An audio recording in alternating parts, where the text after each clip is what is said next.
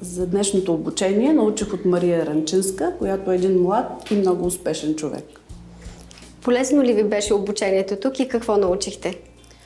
Изключително интересно и иновативно обучение, което ни даде много теми за размисъл върху това как да работим с хората, как да управляваме екипи, как да се харесваме на хората и да бъдем успешни.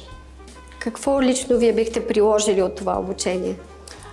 Голяма част от информацията, която получих, ми дава нови начини, по които да работя с екипа си, да развивам хората, които работят с мен и да бъдат и те по-успешни. Бих препоръчала този курс на всеки човек, който иска да развива себе си, който иска да бъде лидер, който иска да постига успехи и да работи в екип.